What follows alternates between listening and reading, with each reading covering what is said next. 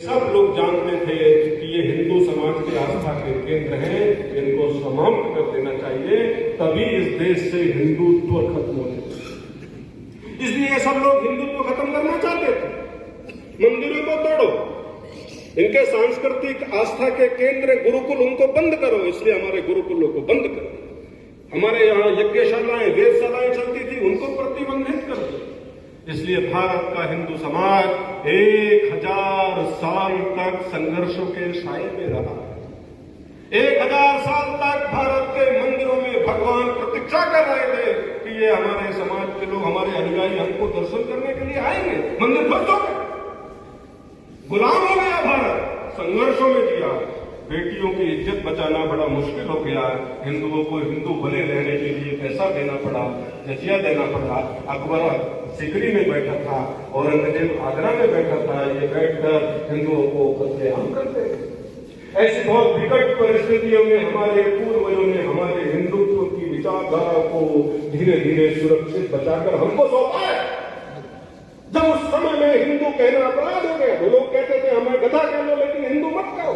लोग तिलक नहीं लगा सकते थे, लोग तलावा नहीं बांध सकते थे, लोग धन के कारण, धोखे के कारण, तलवार के कारण मुसलमान हो गए। लोगों ने अपना धर्म बदल दिया।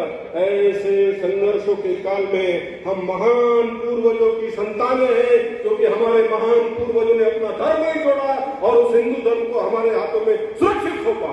इसलिए हम गर्व से कहते हैं हम हिंदू हैं। हमारे महान पूर्वजों ने अपना धर्म नहीं छोड़ा, लोगों ने छोड़ दिया। लोग टोपी पहनने लगे, लोग पजामा पहनने लगे, लोग मस्जिदों में जाने लगे, लेकिन हमारे पूर्वजों ने नहीं छोड़ा। इसलिए ये जो महान विरासत हमारे पूर्वज हमको सौंप कर गए, जिसको हम हिंदुत्व कहते हैं। लोग कहते हैं हिंदुत्व ये कोई संकीर्ण है, ये कट्टरता है। हिंदू कहने से हिंदू मुस्लिम हो जाएगा, ये लोगों का भ्रम है। और हिंदुत्व को बदनाम करने का, हिंदुत्व को अलग रूप से सारी दुनिया में प्रस्तुत करने का षड्यंत्र है। क्या भगवान श्री राम किसी के लिए घातक हो सकते हैं? भगवान श्री राम का नाम का जाप किसी के लिए हिंसक हो सकता है? किसी मंदिर में जाकर आराधना करना किसी के लिए द्वेष हो सकता है? किसी भूखे को भोजन कराना किसी का नाश हो सकता है?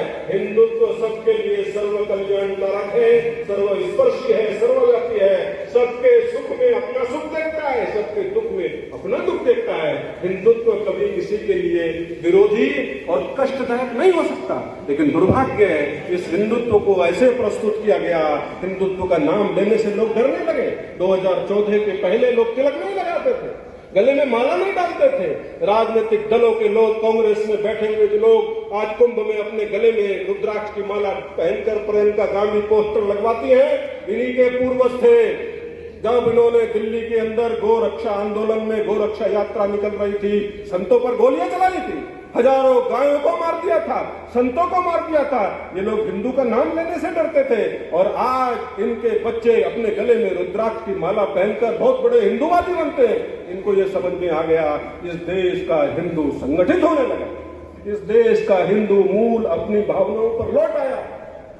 इसलिए इस हिंदू समाज को सुरक्षित रखना, इस हिंदुत्व के विचार को संरक्षित रखना, महान परंपराओं को जीवित रखना हम सबकी सामूहिक जिम्मेदारी है। वो आरएसएस की जिम्मेदारी नहीं है, वो बजरंग दल विश्व हिंदू परिषद की जिम्मेदारी नहीं है, वो किसी संत की भी जिम्मेदारी नहीं है, सबकी जिम्मेदारी है।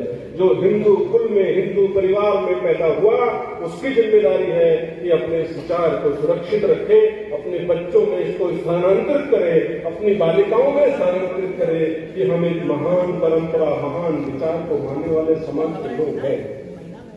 इसलिए बहुत सारी परिस्थितियों के कारण इस हिंदू समाज में थोड़ी थोड़ी बुराइयां भी अंदर आ गई। हमारे समाज में पर्दा प्रथा आ गया, हमारे समाज में पर्दा प्रथा नहीं था। मुगल आए तो उस समय अपनी बालिकाओं को पर्दे में रखना पड़ता था, अपने दरवाजों पर पर्दे लटकाने पड़ते थे। हमारे समाज में छुआछूत आ गई, हमारे समाज में भेदभाव आ गया, जातिवाद आ गया। यह हमारा हिस्सा नहीं था, लेकिन हमारे समाज में आ गया। आज हिंदू थोड़ी थोड़ी छोटी छोटी बातों पर जातियों में लड़ जाता है, झगड़ा करता है, पड़ोसी से झगड़ता है। कोर्ट कचहरी थाने भरे हुए हैं मुकदमों से, बालिकाएं घर छोड़कर जा रही हैं, सेपरेशन के केस लगे हुए हैं कोर्ट में। ऐसी परिस्थितियां हिंदू समाज के साथ है। एक छत के नीचे 4 परिवार संयुक्त रूप से रहने में बड़ा मुश्किल हो गया। एक घर में 4 पुत्र हैं, चारों एक साथ नहीं रहते। बहुत बड़े किसी सेठ ने दिल्ली में अच्छा पैसा कमाया और बताया मैंने 4 कोठियां बनाई दिल्ली में, और बताते हुए बड़ा गर्व का अनुभव कर रहे थे, ये बड़ी कोठी उस बेटे के लिए, उसके लिए। तो उनको बताया कि तुमने इतना पैसा कमाया, इतनी कोठियां कमाई, लेकिन अपने बच्चों को इतना संस्कार नहीं दे सके कि वो एक छत में एक कोठी में रह सके।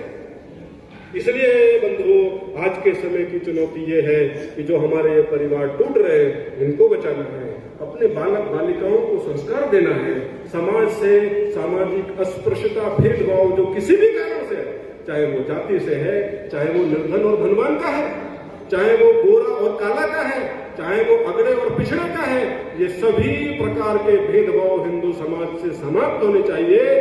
इसको मिलकर सोचना और सामूहिक रूप से संकल्प लेने के लिए हिंदू सम्मेलन करना है। इसलिए मेरा आप सभी बंधुओं से, माताओं से निवेदन है कि अपने गांव के सब मित्रों को, बंधुओं को हिंदू सम्मेलन में आमंत्रित करिए। अपने घर में, गांव में कथा कराते हैं, भागवत कराते हैं, भंडारे कराते हैं, लेकिन हिंदू के नाम पे कौन कराता है?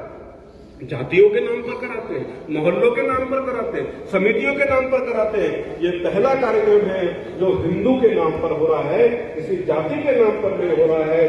इसलिए सभी जातियों को, सभी परिवारों को उसमें आमंत्रित करना है और हिंदू समाज को संगठित करना है। मैं पूछना चाहता हूं, क्या हिंदू समाज संगठित होना चाहिए कि नहीं होना चाहिए? इस देश में हिंदू सुरक्षित रहना चाहिए कि नहीं रहना चाहिए? भारत को भारत बनकर रहना चाहिए कि नहीं रहना चाहिए? हमारे नौजवानों को संस्कारित होना चाहिए कि नहीं होना चाहिए? परिवार बचने चाहिए कि नहीं बचने चाहिए? इसलिए ये सारे विचारों का चिंतन करने के लिए हिंदू सम्मेलन है। अपने पूज्य संत आएंगे और बड़े हमारे विषय रखने वाले और भी अधिकारी आएंगे। हम लोगों की जिम्मेदारी है ये हिंदू सम्मेलन हमारा हिंदू सम्मेलन। अब हिंदुओं के लिए कोई नेतृत्व नहीं, ये आएंगे, ये हमारा नेतृत्व करेंगे, ये हमारी सुरक्षा करेंगे, ऐसा भाव नहीं होगा। हम मिलकर जाएंगे, हम मिलकर करेंगे, हम मिलकर अपनी सुरक्षा करेंगे, हम मिलकर अपनी सामाजिक चुनौतियों, परेशानियों का सामना करेंगे। हमारी सामूहिक जिम्मेदारी है। इसलिए ये सामूहिकता लाने के लिए हिंदू सम्मेलन है। बताइए, ये हिंदू सम्मेलन हमारा अपना सम्मेलन होना चाहिए कि नहीं होना? इसके लिए प्रचार प्रसार हम सब करेंगे कि नहीं करेंगे? अपने गांव में, अपने पड़ोस में सभी से निवेदन कीजिए। मेरा आप सभी से, बड़े बड़े महानुभावों से, मैं तो बहुत छोटा हूँ, बालक हूँ आप सबके सामने, मैं क्या विजय रखूंगा? आपने पूरी जमाना और दुनिया देखी है।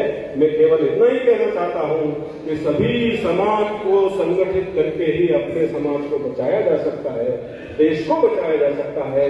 तो बंधुओं, इस काम में आप सभी अपना सहयोग दें, सभी को मिलकर इस कार्यक्रमों में आमंत्रित करें, समय पर लाएं और अपना हिंदू सम्मेलन भव्य बनाएं। जोर से प्रेम से बोलिए, भारत माता की, राधे रानी की, वृंदावन बिहारी लाल